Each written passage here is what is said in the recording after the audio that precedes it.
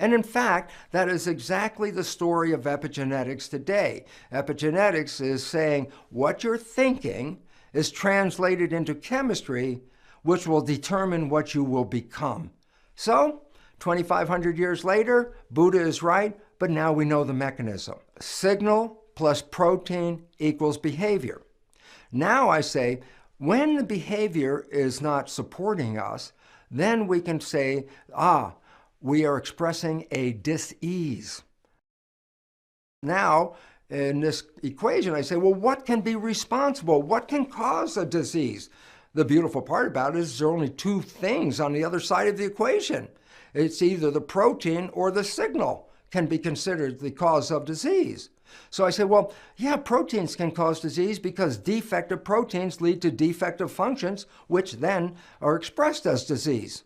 So the question is, how much of our disease is actually controlled by defective proteins?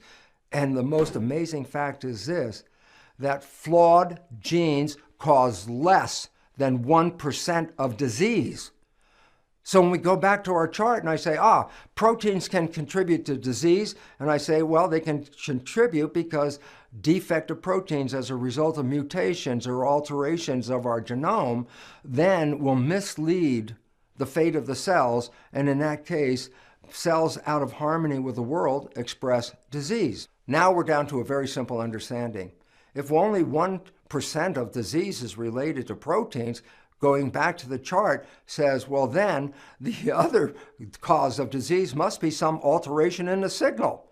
So I say, the signal can cause up to 90% or more of disease that we experience on the planet. I say, well, how can the signal interfere with health? And I say, number one, if you experience trauma, let's say you're in an accident and you twist your spine and you interfere with the flow of information from the nervous system to the cells, then the alteration of that interference of communication could lead to a misunderstanding by the responding cells.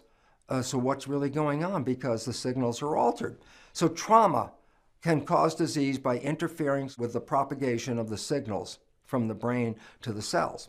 Number two, if we put toxic elements into our body, such as the toxins that we acquire by eating industrial farm foods, toxic chemicals can engage in the signal pathway, but if they do, they don't promote a normal signal propagation. Toxic chemistry can distort the signal. So relevance is this. If the brain is sending a signal to control the cells and there's toxic chemistry in the pathway, then the signal that reaches the cells is by definition altered, and therefore the behavior of the altered cells can lead to disease. Thirdly, and perhaps the most important cause of disease influencing the signal, is really nothing wrong with the body at all. But what it represents is this, the influences of our thoughts. Our thoughts are what are translated into the chemistry. Now, why is this relevant? If we have a disease due to thought, it's not because the body is defective, it's because the signal is inappropriate. And this is really important because it is recognized now that our consciousness is the primary problem in the issues of health on this planet, especially as they relate to stress. And that this issue is nothing organically wrong with the body. It's just that we're sending inappropriate signals at an inappropriate time, which leads to inappropriate behavior, which we call disease. So I look over, I say, look, there are only three causes of disease that interfere with the signal. One, trauma, and trauma represents a physical impairment. Two, toxins, which represent a chemical impairment. And three, thought, which introduces an emotional impairment in the system. And collectively, all of these things result in what we've referred to as stress.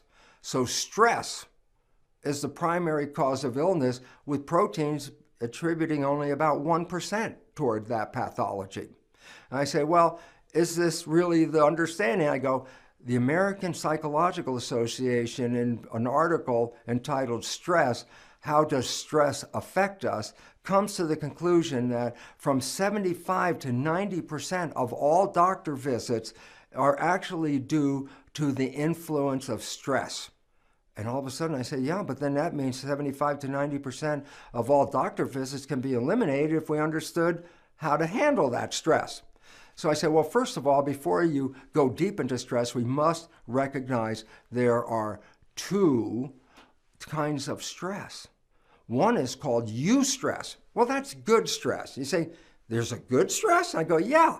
If you play sports, for example, and you're out on the playing field and you're running and jumping and moving around, by definition, you're stressing the physiology of the body.